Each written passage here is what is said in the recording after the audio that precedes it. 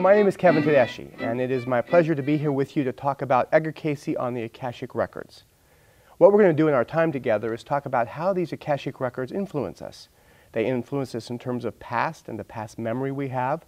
They influence us in terms of our present, and they influence us in terms of our evolving future. And from Cayce's perspective, the way that works is in terms of the past, the Akashic Records contain memory. Not only memory of our past lives, but memory of our past experiences in this life. And that memory really influences us as a reservoir, a pool of information that we draw upon in the present. In terms of the present, the Akashic Records of the present draw to us those people and those experiences that we need at any given time to become all that we were meant to be. They draw to us lessons, people, relationships, experiences that enable us to make decisions that will help us to grow and expand in terms of our own personal soul growth. In terms of the future, the Akashic Records of the future are an ever-evolving reservoir of possibilities that we create based on our experiences and how we deal with those experiences in the present. What we're going to do today is we're going to have the opportunity to have a past life reverie together, see if we can draw upon some of this reservoir of memory and evoke a past life experience. We're going to look at one of our challenging relationships. The Edgar Cayce information suggests that one of the things we learn from challenging relationships is how to become a better person, how to draw upon resources perhaps we didn't know that we had. And we're also going to look at our life, present life, 7 years in the future and see what kind of a lifetime we're creating even now. Now, for those who don't know, Edgar Cayce got his experience, his psychic information, really from two different sources. One was from the subconscious mind of the person for whom he was giving a reading. For example, if Cayce was in Virginia Beach, Virginia, where I'm standing right now, and he had a client in New York, somehow Cayce could travel to through the levels of his own mind. Cayce's model of consciousness suggests that we all have a conscious mind, that part of our mind that we're aware of right now, thinking, seeing, feeling, hearing someone speak. We have a subconscious mind, that part of our mind that really comes awake when we daydream, perhaps when we meditate, sometimes in lower levels of sleep.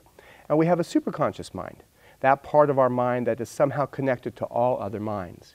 And what Cayce was able to do somehow was he was able to travel through these levels of the mind, and our subconscious mind right now knows everything about us. It knows our acid-alkaline balance. It knows if we're on the verge of getting sick. It knows what's going on inside of our body.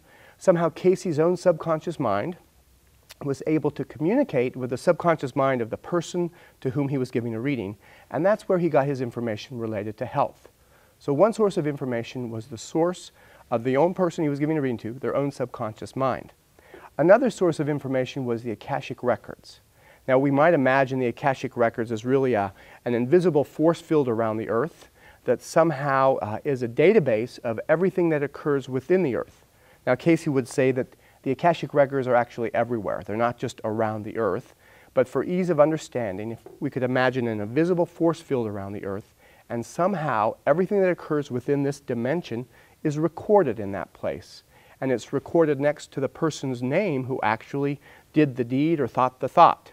Now, as unusual as that might sound, we've all probably heard of the near-death experience, where somebody has a death experience, they pass away, they have a life review during that experience generally, and then somehow they're revived just before going all the way over to the other side. Cayce would say that that near-death experience, that life review, is really the dynamic of the person tuning into their own Akashic record. So it's a record, a database of past events. That's part of what it is. It's also the dynamic that brings together what we need exactly when we need it. And it's somehow interactive in that it's constantly changing based on what we do in the present. More than that, though, more than just deeds and activities like that, Cayce suggested that the Akashic Record was really concerned with intent. That somehow whatever we do is written there with our intent, why we did what we did. And one of my most exciting stories from the readings that shows how this dynamic works is there was a young woman who came to Edgar Cayce when she was about 29 years old for a reading. And all her life she had had a really hard time making friends. She had a really poor reputation. Other young women didn't want to be her friend because she was known as being somewhat loose and easygoing with men. Men joked that everything said about this girl was true, that if you want to have a really good date, this is someone you want to take out on a Friday night. Not somebody you'd want to take home to your mom, but somebody who was really, really outgoing and friendly with guys. Now, according to this woman, none of this was true, but she had a really poor reputation. Well, when she first came to Edgar Cayce, she came for a reading related to her own health. Later on, she got a past life reading, which really showed this dynamic of how her intent had influenced her in the present. And according to Edgar Cayce, in her most recent past life, she had been a prostitute, and she had used what she had, her body, to get what she wanted. And that had been her intent. And if you're like me trying to understand how this system works sometimes, we can see how, even though she might not be involved in the same line of work in the present, that intent has carried over. And somehow people are picking up on that vibration of a past deed, even though it's no longer relevant in the present. And it makes sense. Well, a few years passed, and another woman came to Edgar Cayce, and she was a middle-aged woman, very loving. In fact, her nickname was the Angel. People wanted to be her friend just because she exuded love. She was wonderful to be around. Cayce gave her a reading and told her that in her most recent past life, she had been a prostitute.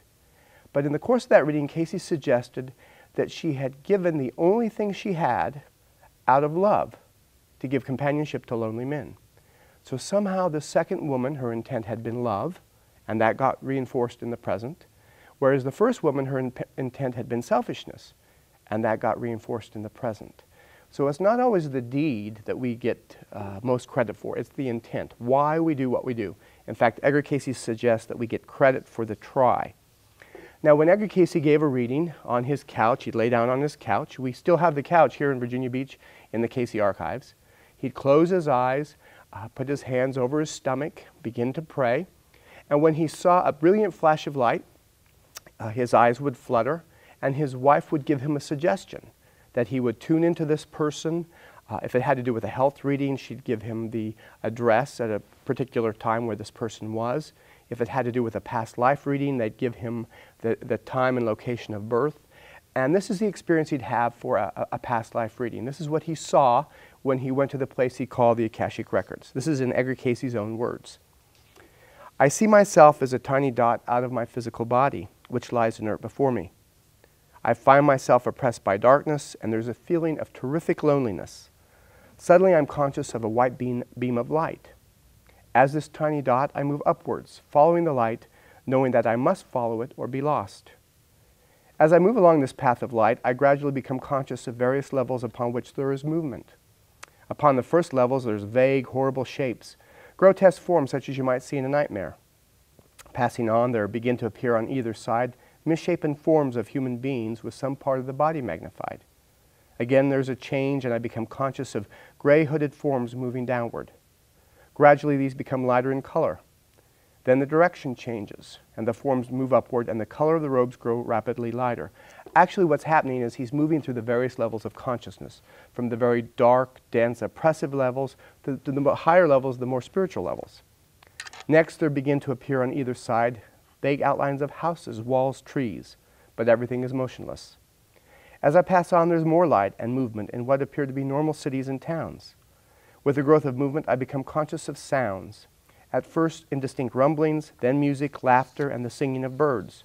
There is more light. The colors become very beautiful, and there's the sound of wonderful music. The houses are left behind. Ahead, there's only the sound and color. Quite suddenly, I come upon a hall of records. It's a hall without walls, without ceiling, but I'm conscious of seeing an old man who hands me a large book, a record of the individual for whom I seek the information.